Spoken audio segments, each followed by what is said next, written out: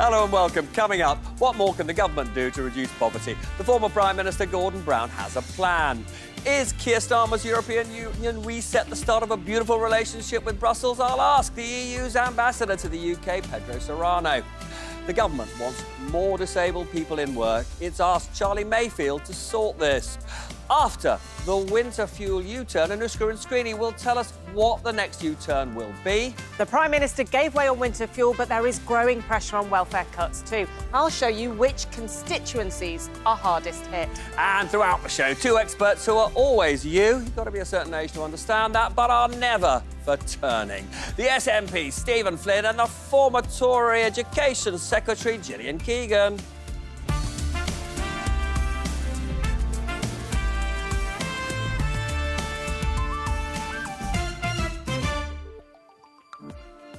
Watcher, come with me to the War Room in 10 Downing Street. Keir Starmer, flanked by his most trusted lieutenants. They will have reminded him that only on Monday he decided to remake his party's campaign so that Nigel Farage and Reform would become Labour's main political enemy. And they'll have reminded him that Farage is hoovering up support partly because of voters' anger that the Chancellor cut pensioners' universal entitlement to the winter fuel allowance. So what are they to do? It was time for that famous Starmer ruthlessness to show itself. It was time to reverse the cut, whatever the embarrassment to his best political friend, the Chancellor. So Keir Starmer and his advisers agreed that in response to a question from a loyal, tame Labour MP, he'd announce a U-turn. He would promise that more vulnerable pensioners would receive the £200 payment or £300 if they're older. This, however, is where it all gets puzzling. Redolent, I would say, of the thick of it rather than the West Wing, because normally Prime Ministers only do U-turns when they can answer the basic questions, such as how many pensioners will get the money, when will they get it, how will it be paid for, and what will the mechanism be for delivering it. Bizarrely, neither Downing Street or the Treasury were able to disclose any of that. So here's the nutshell. The winter fuel cut never raised enough money to make the political damage suffered by this government worthwhile for them, but now it's been reversed in such a muddled way, the impression's been created that it's the desperate act of a floundering administration. So, is there any comfort for Starmer? A smidge, perhaps, because in Parliament today, the Conservative leader, Kemi Badenoch, didn't seem to notice he was eating humble pie till the moment was well past. We get the politicians we deserve, perhaps. What do you think, Anushka? Well, a partial U-turn, shall we say, on winter fuel payments, but there is still a lot of pressure on another policy, welfare. There have been urgent calls tonight to pause the reforms while they better assess the impact on disabled people. So what do we know? The Resolution Foundation has looked at each of the benefit changes. So the width of these bars tell you how many people are affected, and then the height or drop is income gained or lost. So this little thin bar here is the 200,000 people who are set to lose just the disability benefit PIP. That is going to cost them over 10% of their annual income, just over £4,000. Another 600,000, the next bar, lose out more than £5,000 because they are also on sickness benefit linked to universal credit. There's another group who just lose that bit of universal credit. They have a much smaller drop, under £1,000, but a much bigger group, 2.4 million. And there are winners.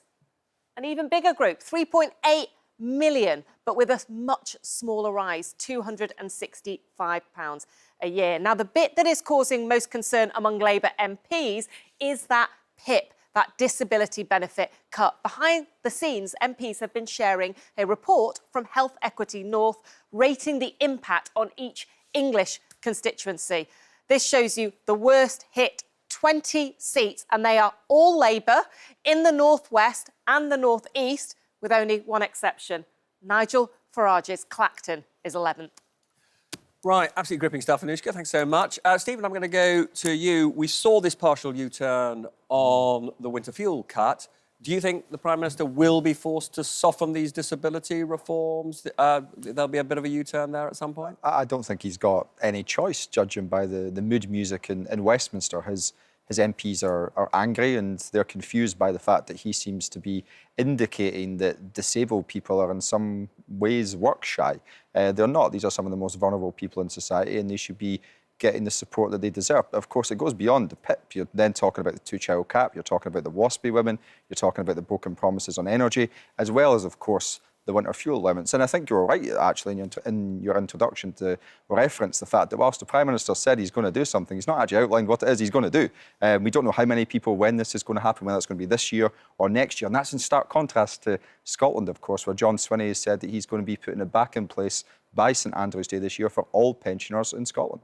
So later on, we'll be talking to Charlie Mayfield, who's actually conducting the review for the government about how to get more disabled people into work. But, Gillian, I was a bit struck when I watched PMQs that Kemi Badenoch, Tory leader, didn't seem to notice what was a humiliating U-turn and didn't really, well, she didn't respond to it at all for a few minutes and then didn't go for the jugular. A lot of Tory MPs are getting a bit fed up with her. How much time has she got? Well, she's been mentioning this, actually, ever since he put it in place. No, but why, why was her policy. performance really not on it today in Parliament? Well, look, the performance that matters to people is whether they get their winter fuel payment or not. As you say, it was a disastrous policy. It should never have been put in place. We never did it in 14 years. They did it. And now they've made a bad situation even worse. Everyone's now thinking, well, will it be me or won't it be me? How to not do politics this guy could write the book on. So I think, Gillian, you've done that brilliant thing, which you are brilliant at sort of dodging the question. So you said you said a performance in Parliament is... You're saying a performance in Parliament is not what she's going to be judged on. But is her performance in the round good enough? She's just got the Prime Minister to do a U-turn. When we actually know what that means to people, people will thank. Don't you think it was Nigel Farage who got him to do the U-turn? No, because it's Nigel Farage who's taking the votes from Labour. I think Nigel Farage will always take the credit for everything, but I don't think Nigel Farage did that. He's not the official opposition. He's not up there every week. He didn't call on the Prime Minister last week to do this. These are all facts, Robert, and I think people will see them for what they are.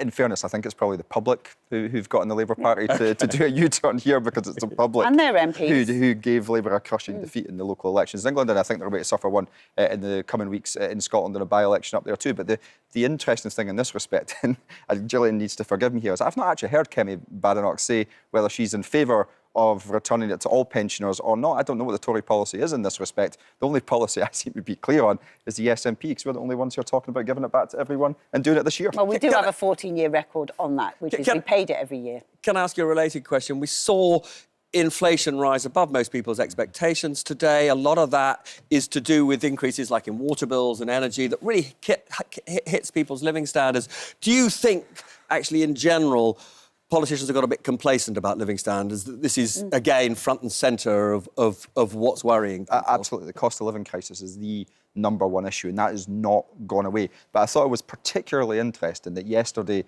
the Prime Minister was in Lidl telling us all that bills are going to be going down, and then today we're hit with a bombshell that they're going up by 3.5% with inflation. That's impacting households right across the country. We need serious action on that. And ultimately, the deals, which I assume you're going to talk about later on, the deals are making small incremental changes to growth figures, but not enough to combat the damage that's been done and not enough to change people's living standards in the time needed. Gillian, I'm almost out of time. Have you got one little thing you want to say before I have to go to... Well, I mean, you know, what would people promise? That their council tax bills would be frozen, that their bills would go down, their energy bills would go down, their food bills would go down. None of those things have happened. In fact, the reverse has happened in every case. So that's why people are really losing trust in what the Prime Minister and his team say. Lots more to talk to both of you about in just a few minutes, but Anushka's got some information to share with us. Yeah, I want to talk about the backdrop to a lot of this, and that is poverty. This looks at how it has changed over recent years. This is relative poverty overall, and we can actually pull out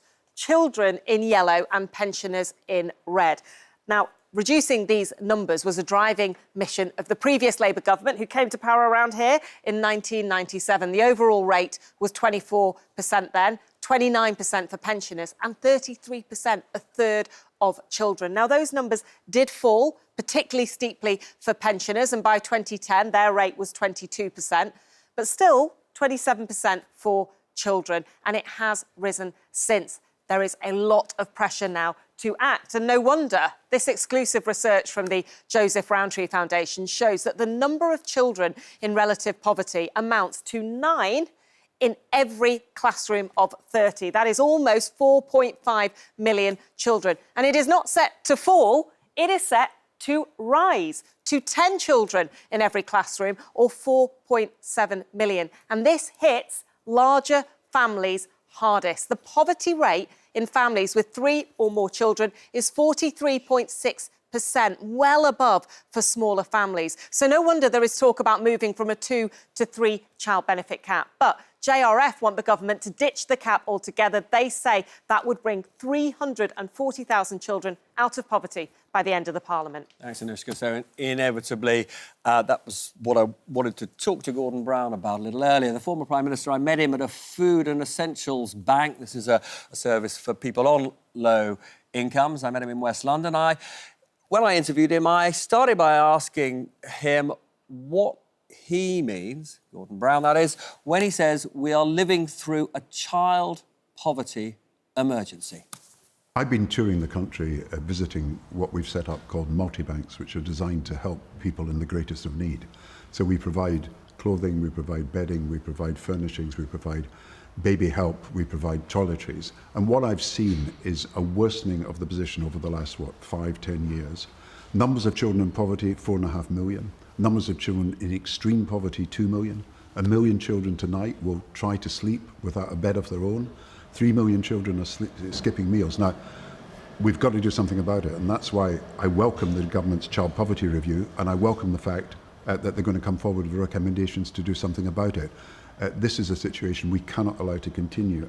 You want the government to end the 2-child limit on universal credit payments as a first step. Why is that so important? The cost-effective way of getting more children out of poverty, about 500,000 children out of poverty, is abolishing the 2-child rule. Because what the Conservatives did was introduce a ban on any third child in a benefits family getting that £66 a week that they need to bring up their child.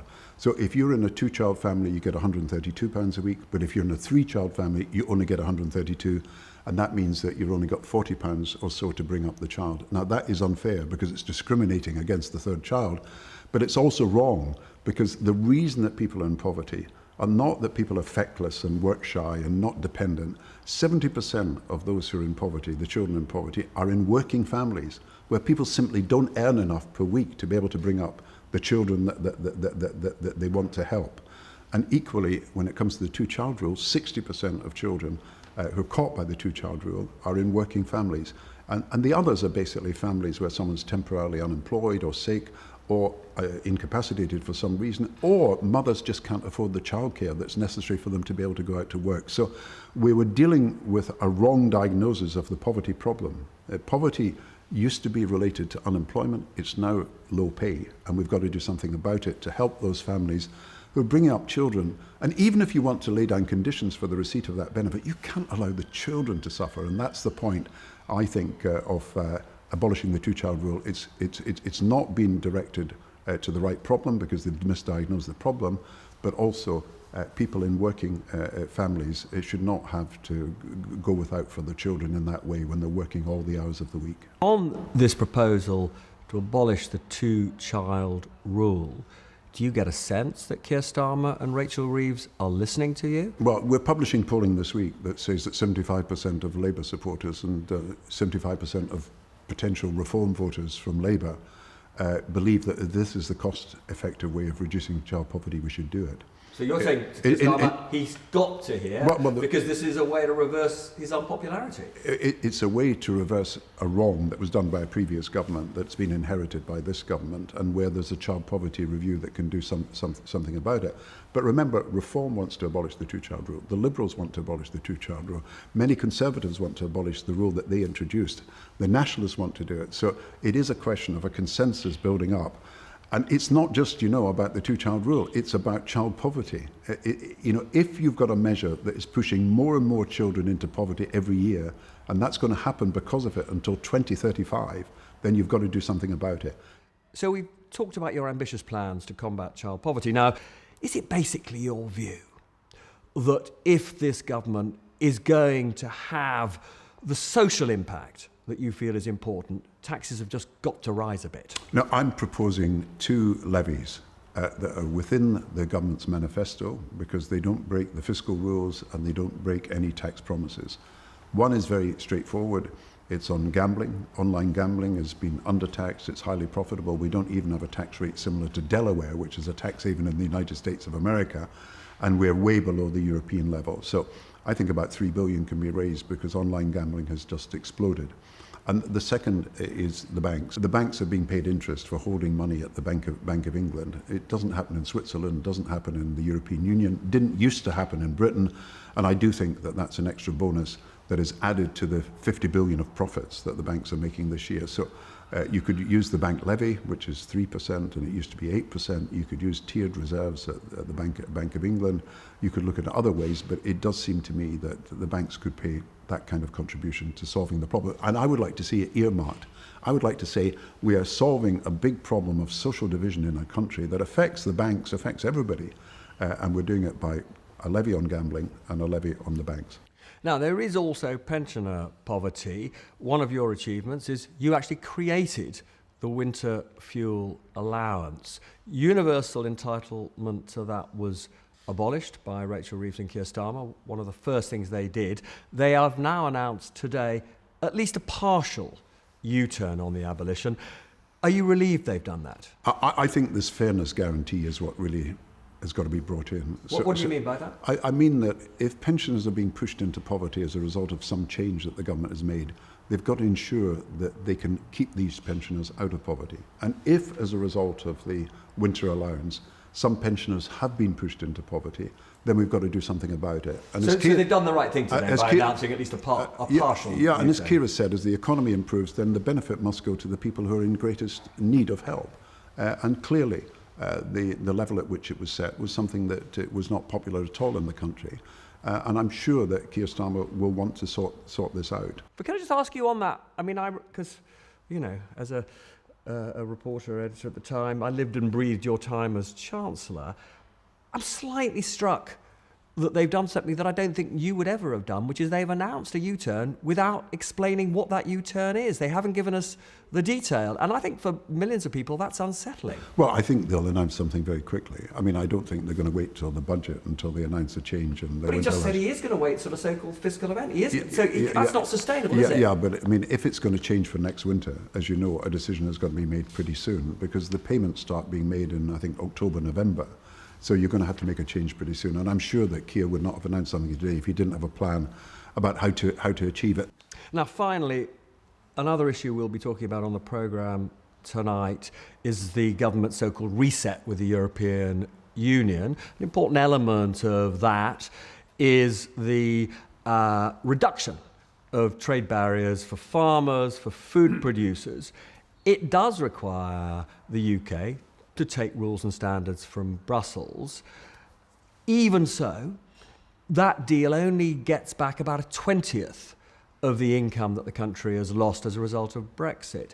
If we're going to take rules from Brussels, don't you think there's a case that Keir Starmer could have been a bit bolder, tried to engineer a deal of that sort for manufactured goods, for example? Well, look, I'm not going to be a backseat driver. He's got many, many difficult decisions to make, and I know what it's like to have these decisions flooding in on you. I think the important thing is that he has started to build better relationships with Europe.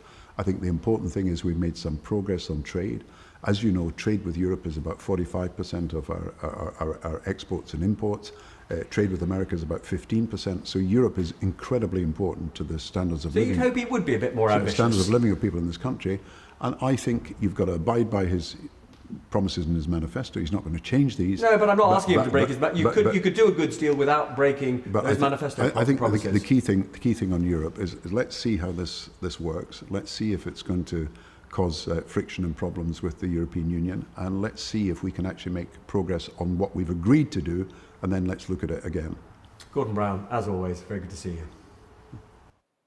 Now, I'm delighted to be joined by the European Union's ambassador in London, Pedro Serrano. Pedro, very good to see you. I just want to pick up, actually, on the end of my conversation with Gordon Brown.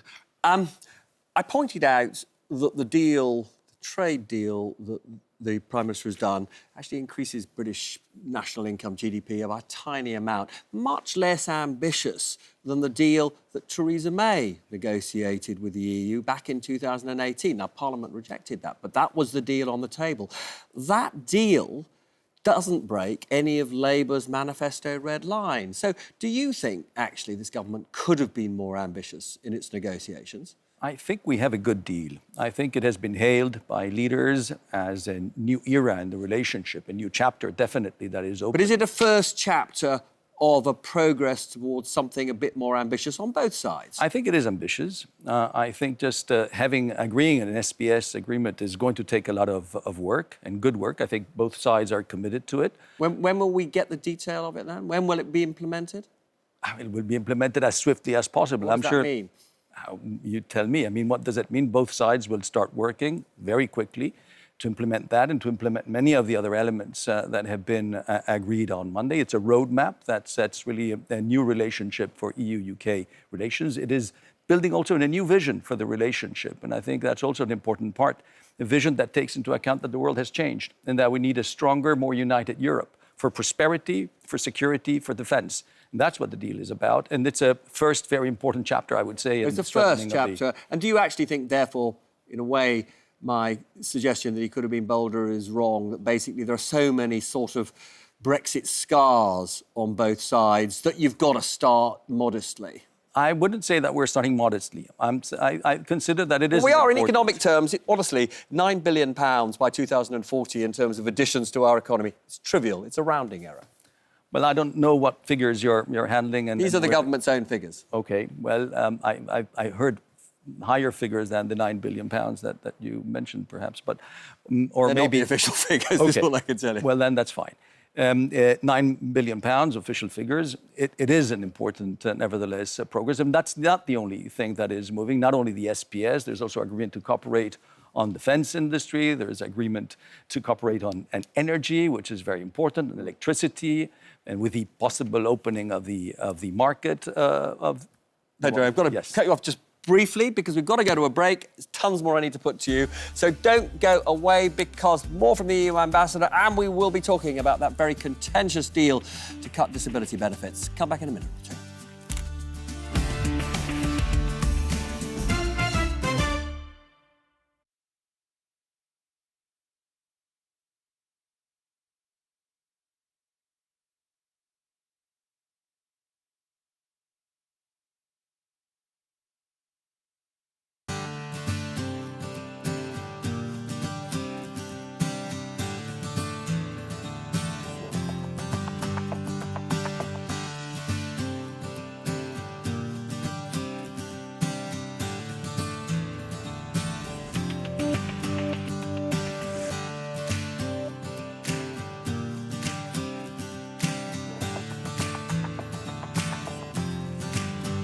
Have they got magnets on? Is that the thing? Hello, welcome to the break, #Peston.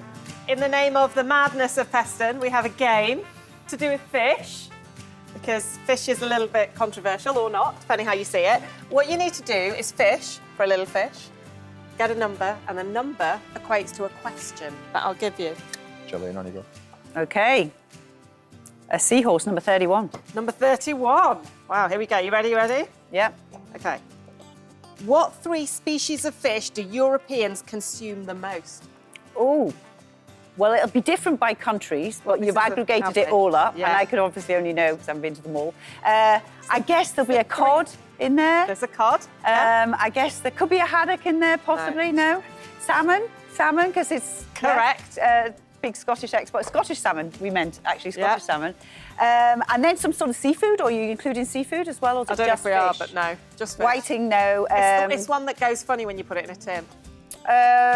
Tuna, sardines, tuna. Okay, tuna. Well Right. done, well done. Okay. Number 26, easier question. Number 26.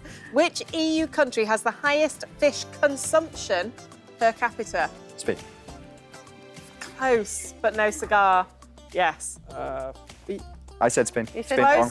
Close. Just move a little bit Portugal, is it? over to the west. Portugal, is it? Very good. Yeah, they eat, on average, 57 kilograms of fish and seafood per year, which is more than twice the EU level. I Wow. reckon I eat that much. OK, go on, keep going. Oh, we have to do another one, right? OK. These are quite hard questions. OK, I have the mouthfish, I'm quite telling. Number 8. UK I say it. seafood exports are down by... Oh, that's the answer. By what percentage have the UK seafood exports gone down since Brexit? Oh, I don't know, 30%? Pretty close. 29%. Bit closer. Closer. 28? Drum roll. It's 25, isn't it? Something? It's 26. Oh, whatever. 26. I still think I win. Close. Right. Okay. Here we go. OK. 15. It'll be on the way to 30. Number 15. Which EU country has the highest... Oh, I've just asked you that one, sorry. One more. Which EU country catches the most fish per year? Catches. Not us, not the saying UK. I'll tell you what it is. It's 698,000 tonnes. 21% of the EU's total French. catch. That must be France. French. The ambassador says Spain. The ambassador's France, right! It could Well only be done. Spain or France. Cod Wars, right? And I think we're out of time now. Bye. What actually?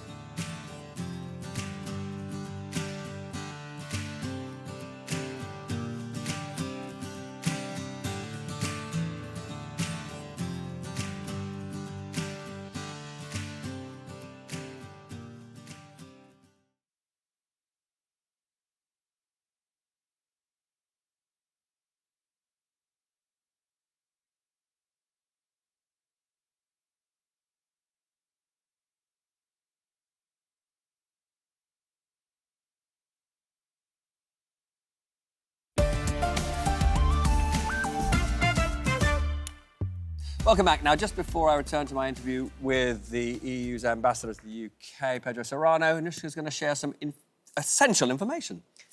I am. We're going to talk fish. The UK and the EU are bezies again with a slightly new trading relationship, but there are some downsides, including fish. The UK will let EU boats into our waters until 2038. Now, fishing is worth just over £1 billion to the UK economy each year. And in exchange, we get a deal which makes it easier to export farm products into the EU worth over £10 billion a year. So on the raw figures, a big pat on the back for the government. But if we dig in, there is a reason for anger in some areas. Take Scottish fishermen, for example. They landed, here in green, 27% more fish since Brexit by the cutting the EU quota. And it isn't always about top-line economics. This polling by More in Common asked people if they see certain policies as betraying Brexit. And on fishing rights here, permanently removing fishing quotas was the question. 45% said that that would be a betrayal, compared to 28% who said that it wouldn't be. Also, giving the European Court of Justice some oversight in our trade deals here over relations, that's also seen as a betrayal by more people than not. But interestingly, most voters seem quite happy with the youth mobility scheme. They do not see that as a betrayal. Fascinating stuff, Anushka. So, do you think EU leaders have noticed that the leaders of our right-of-centre parties, Reform and Tories, have both rejected this agreement and said they'll reverse it if they win the election? Do you think European leaders still worry that we're, I can't remember who coined this phrase, but an unreliable boyfriend? We are working with the government of the UK, which has a very impressive majority in the parliament, which won the last elections. And we deal with governments. And therefore, we believe, of course, it is a reliable government. It's the UK. And then we're happy to deal with it. We've reached an important deal. Can I correct some of the facts that were given a moment ago? What fact was... More than correct, I'd like to add to the facts. Go on, add, augment. And to add, you were saying that the UK was opening its waters to fishermen and women from the EU, but the EU also opens its waters to fishermen and women from the UK. And then 70% of what is caught by UK fishermen and women is sold in the EU. So it's not only the deal with the SPS, it's also the interest of the deal on fisheries itself for the UK as well. Sure, I think we're across all that. Now I've got some almost a sort of quick fire round, and if the answer is don't know, you can just say don't know. So the first question is, on the youth experience scheme, how many young people will be allowed to go back and forth, and for how long? And if the answer is don't know, just say it. Don't know. Don't know, right. When will British travellers be able to use these e-gates, will they be available this summer? Some British travellers already use e-gates. I know, in some Paris is already there, countries. but I mean where it's not possible. Do you think there'll be more by this summer? I don't know. Don't know. All right. And then when will British defence companies have access to the 150 billion euros of defence contracts that are on offer? They already have. But, I mean, the contracts are not being tendered yet. No, they will have when the instrument is in place, and it's not in place yet. And when will that be in place? Very soon, Coming months. That's not a don't know. It's in the next couple of months. Yes. So that is really genuinely quite soon. Now I'm just going to move on very, very quickly to a completely different subject. You used to work for Joseph Borrell when he was at senior in the EU. He has said that Israel is carrying out the largest ethnic cleansing operation since World War II to create, I mean, it's very critical of Israel, a holiday destination, and also that the EU should supply fewer weapons to Israel. Do you agree with him? The EU does not supply weapons. Well, he says EU countries are, and and collectively that should stop.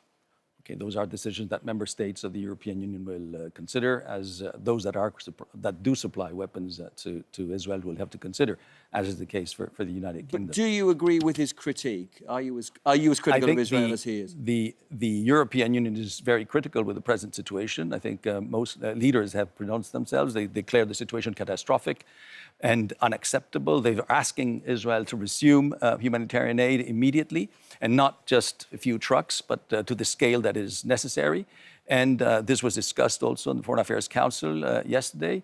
And there's an agreement to start looking to whether Israel fulfills or not the Article 2 of the association agreement with the EU, which refers to the respect for human rights clauses, and this is being reviewed. So you think there could be effectively more sanctions from EU countries at some point? I'm saying that the situation is being considered very actively. Pedro Serrano, very, very good to see you. I just want to start by talking to you, if you don't mind, Stephen. Your colleague said to me that they were absolutely furious with the government for not sharing in advance any detail of what they were negotiating on fishing. Why is this such a sore point in Scotland? Well, of course, fishing is a devolved matter. International trade is not. But you would expect with this supposed reset, which is meant to be taking place between Westminster and Holyrood, that there would be a little bit of respect in that reset. And my colleagues in Edinburgh would have been engaged in discussions with regards to fishing quotas. Now, for those fishermen who are up in the Broch, Fraserburgh and Peterhead in the northeast of Scotland who catch this fish, they feel frustrated and angry at the fact that these things seem to be happening to them. They were promised something by Nigel Farage and Boris Johnson, which wasn't delivered by Boris Johnson, and now has been made even worse by Keir Starmer. So Brexit for them has only meant bad things, despite the fact of them being the ones who were meant to be the sole beneficiaries. Quite a lot of them, in a I think, Scottish voted for context. Brexit, so... Well, not in Scotland, of course. The majority of the people in Scotland voted to remain. No, a lot of the fishermen, of course, did vote for Brexit, and they're the ones who understandably are frustrated right now. Gillian, your leader, Kemi Badenoch, has criticised this deal, says she'll reverse it. George Osborne, former Chancellor, says she's fallen into a pretty obvious trap, because what it means is, come the next election, if she goes ahead with her threat to say she wants to reverse this deal, all sorts of important businesses will criticise her, and you won't have the support of business. I mean, uncertainty is really a killer to businesses, right? So you do need to be mindful of that. But I think one of the things that's fearful about, and I was in business for 30 years, so the way I understand all about, how you align or not align in terms of standards globally or within territories. And what this really is you don't really know what's going to be the case in X years' time, particularly with new technologies, impacts of those on certain existing technologies, on certain processes. So it's a bit of a blank check. So there is uncertainty anyway. I think one of the things, and you mentioned, but sorry, again, deals. you've done this thing which you do of not answering my question. Was Kemi right to oppose this deal? You didn't actually ask that. That was my, literally, but that's not Stephen, actually was that what I I asked? think that was maybe... Well, it may be. Well, you think maybe, but the reality is. But then answer that question. Well, to be honest, it's not my job to, right? I'm not in Parliament. Right. I don't have a view. I know you what don't I have a would view. do. Oh, okay. I'm an experienced business person who have strong views about how businesses need to be supported, both in terms of our domestic economy, and part of this is a distraction for the mess that's being caused there, but also in terms of certainty for business, certainty for fishermen. Fishermen thought they were getting out of the mess they've been in for years in 2026. Now it's 12 years after and they don't know what's happening. So one of the problems... Well, they do know. They know what's going to happen for the next 12 years. And in particular, Well, yeah, but they don't like it. It's not what they food thought was producers gonna and happen. farmers, food producers Yes. and farmers absolutely now know that they're going to get better access to the EU. Exactly. So that must be a good thing, isn't it? There are mixed... It's always been the case. When I was going through Brexit, we both were, all the way through, every deal, every vote, all of that. It's always been the case that there's been winners and losers, and there's been things you know and there's things that are uncertainties, and you try to manage those as best as you can. I think this deal is quite thin. I mean, you know, the ambassador there did his best, but couldn't say he knew a lot to answer about the facts and how they're going to impact people at the gates or how they're going to impact, you know, other areas of business. So it is important that we do this right. But actually saying what happens in 4 or 5 years' time, I think also, if it was me, I would be waiting to see where I was in 4 or 5 years' time and then be saying what needed to be done to fix wherever we were. The problem with this is there's no mechanism to stop it if there's something disastrous for energy policy, for example. Steve, got to come back to you in a minute or two, because I have just got to go to Anushka. We're going to be talking about employment, and I want to show you this from the Health Foundation. They have compared employment rates across the bottom, across different European countries. This is people without health problems. Here is the UK. Not bad, 78%. But when we look at people with a health condition, with a disability, you can see here we drop right back to 54%, below the EU average, and only Ireland here have a bigger gap than us. So what are other countries doing right? In Denmark, for example, you get a caseworker who coordinates your support. In the Netherlands, you get an employer producing a health work plan.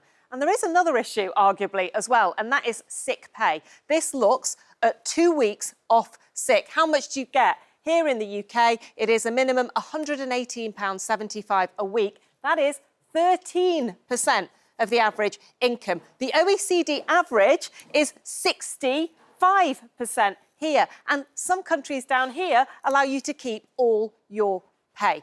Now, the government says the welfare reforms are all about encouraging work. So will they? The Resolution Foundation modelled the employment effects. These are worst and best case scenarios. So this, to start with, is people who will enter work because of the cuts to Universal Credit's sickness benefit section.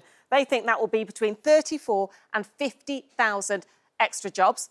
Not insignificant, but out of 3 million people who are actually losing the money. The pink bit, here we go, is the £1 billion of extra money into employment support. The Res Foundation say that will deliver another 23 to 48,000 jobs. I think the government would be more optimistic than that. But the bit of this policy that is causing the political headache is the cuts to PIP, to that disability benefit. And here is why. It has an absolutely tiny impact on jobs, only between 4,000 and 7,000 people in work. And it's this bit that has led to the Work and Pensions Committee to tonight call for a pause to the reforms, saying the PIP changes could badly affect people's health. So there's a ton of stuff I need to pick up with Charlie Mayfield, former boss of John Lewis, who is preparing an independent report for the government on how to help disabled people back into work. Given the work that you've done so far, you've seen that the Resolution Foundation says that if you look at these benefit cuts, they are, and indeed the money that the government is putting into helping people into work, they are saying, in a best-case scenario, that will see 105,000 people move into work out of currently it's 2.8 million disabled people not in work, forecast to be 3.8 million by the end of the decade. Are you more optimistic than that? Do you think that the changes that you think you're going to recommend can come up with bigger numbers of people getting into work? So the first thing to say is that the review I'm doing is actually called Keep Britain Working. Yep. So it's less about getting people back into work who have left work. It's more about keeping people in it. OK. But that's highly relevant to the conundrum that you've just described. About 300,000 people are leaving work every year. for ill health and disability reasons. That's right, which is why the numbers forecast to go out of work are going up by 1 million over the next 3 years. Exactly. So there are a number of ways you can tackle this problem. You can get more people who are currently out of work back into work. The fact is it's very hard to do that. The longer that someone is away from the workplace, the harder it is to get them back into it. But also what you need to do is you need to work on the people who have not yet left work and try to prevent that from happening. And actually there's many, many more people there. And so if we can do a better job there, we can actually make a very significant difference to this problem over time. Now, I want to talk to you about what Anushka was talking about, which is where they do these things better abroad. But I just want to start with the companies, the employers you've seen here. Those employers better at retaining disabled people, whether they're physically or indeed mentally disabled. What are they doing right? So, I mean, there's some fantastic practice in the UK. Yeah. I think overall, as your numbers showed, we're not doing as well as some of our peer countries in the European Union. But there are pockets of great practice. Some of our largest businesses, companies like Jaguar Land Rover, BP, etc., do actually a lot of work here, and they have comprehensive programs in place. And what is a comprehensive program? They'll often provide additional services in work. So when somebody gets ill, they'll be able to access medical support Within the therapy, company? advice in the company or provided by the company, and it's very easily and quickly accessible. And is that a mixture of, so let's say you've got a mental health issue, will they be able to provide, for example, counsellors? Yes, absolutely. Yeah. So and quite a lot of businesses offer those kinds of services, but of course a lot of businesses don't or feel they can't. And also the whole issue of ill health is actually quite a difficult issue to handle in the workplace. I mean, if you take mental health particularly, and one of the things that's happening at the moment is we're seeing a surge in young people with mental health conditions. That's actually particularly tricky for an employer to handle, because those people, it's not like having flu or having a broken leg. It's pretty obvious when you've got flu or a broken leg, but if you have early stage anxiety or stress or early stage depression, you generally don't show up and say, I've got mental health today. It's quiet and you don't know about it. Things happen at work. Things may go well, they may not go so well, which may affect your condition, and no one knows about it before it happens, and then it can blow up very quickly and become an issue, which means that somebody leaves work, at which point it starts to get harder to get them back in for the longer they stay off work. And one of the issues that we face in the UK is we don't, and this is a key comparison to some of the other markets, is we don't have a comprehensive system to support people to stay in work when they get ill. And as a result, more people end up leaving work. So this is so important to so many people who will be watching. Hope none of you go away, and I want to keep you there because there's lots more I need to ask you. So don't go away, because there'll be more from Charlie, Stephen and Gillian in just a moment.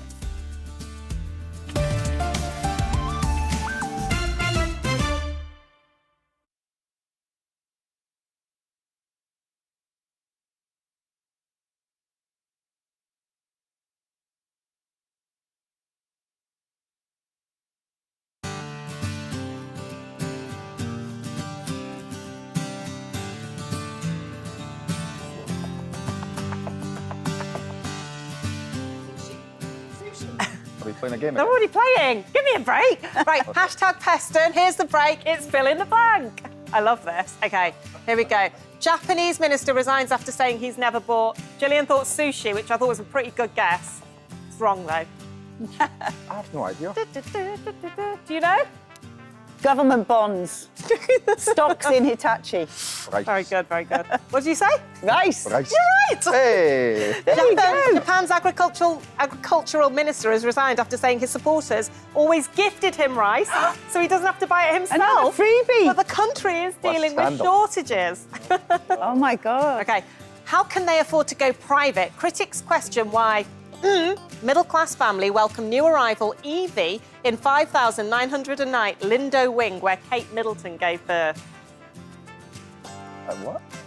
Come on. Oh, You haven't been reading the papers?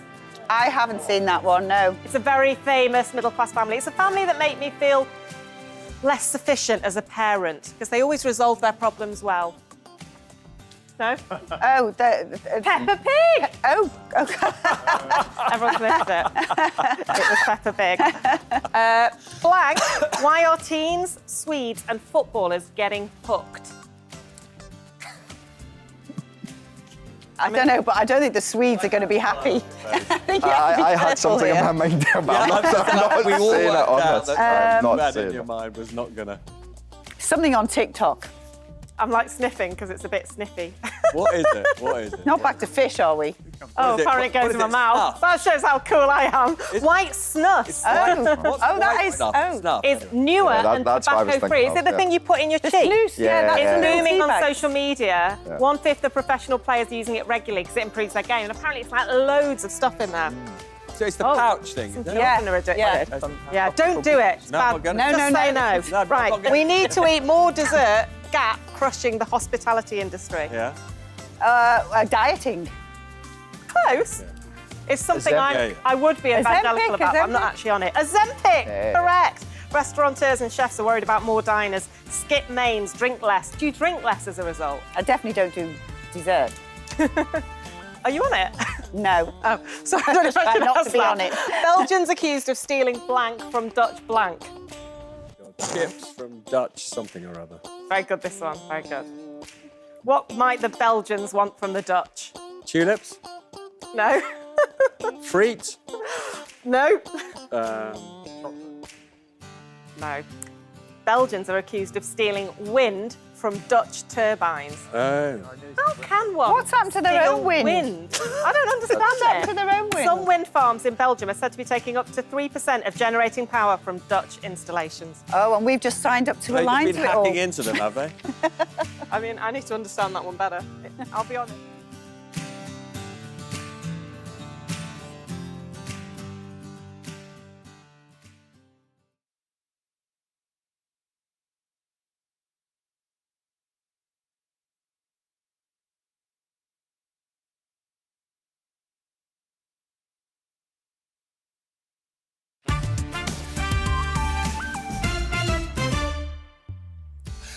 Welcome back. I'm delighted that Charlie Mayfield, who is advising the government on how to help businesses and employers, including the public sector, actually, keep disabled people on their books. Now, I know you've made it clear that the advice is not about the other pathway from out of work into work, but you'll have heard Anushka talk about the scoop that she had today, which is that the Work and Pension Select Committee has asked the government to pause the cuts until we have a better risk analysis of how many jobs are actually going to be created and what the impact on people are going to be. Do you have any sympathy with the Work and Pensions Committee? Because I have to say I was slightly amazed that when Liz Kendall announced these cuts, they weren't able to give us any hard data on who would be affected, how many, and all the rest of that vital stuff.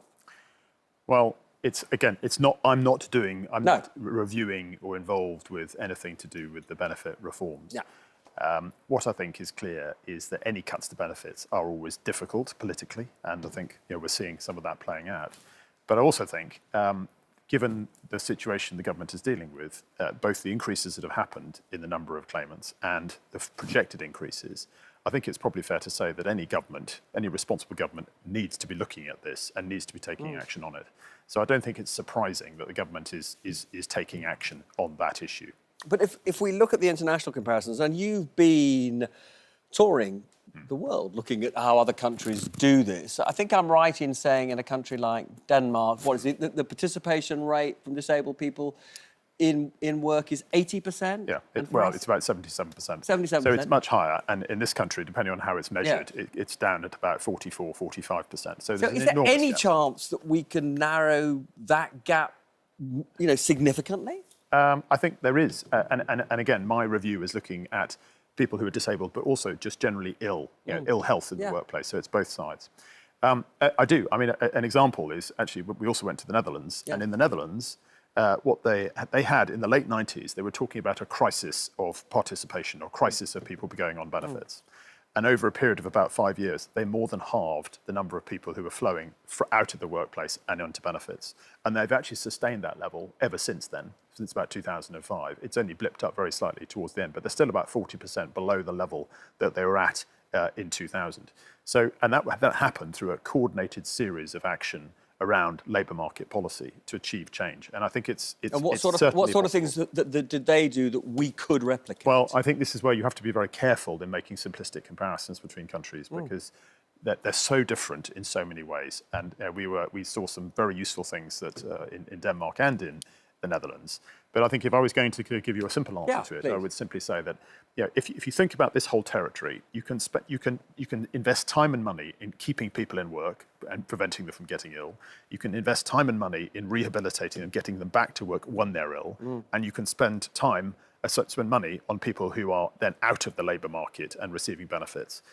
Both Denmark and the Netherlands actually spend more in total GDP in terms of this whole territory.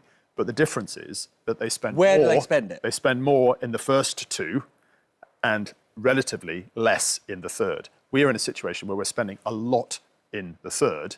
And the problem with that is it's sort of everybody loses. The people who are not in work and not getting the benefits of progression and fulfillment that come from good work are not getting that.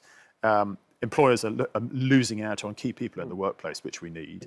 And of course, the government and society as a whole is then actually having just costs of that. broadly, reallocate more money to support companies to keep people in work and reallocate much more, essentially, to the health service to help people get through this. Is that what you're saying? It's not so much, I wouldn't put it necessarily about reallocating money towards companies. I think it's more about recognising that this problem has to be solved by employers working with government. Many of the most difficult issues we face cannot be solved just by the government alone. I think we often talk about the government should do this, the government should do that. But actually the reality is a lot of the health issues that occur in workplaces are far better solved by employers. And so what we have to do is make sure that we're creating the mechanisms and the support systems that enable and encourage them, and sometimes require them to do that better. And then I think we can achieve some much better results. Well, some of that would be state support for employers, I assume. Some of that, they have a role to play for sure.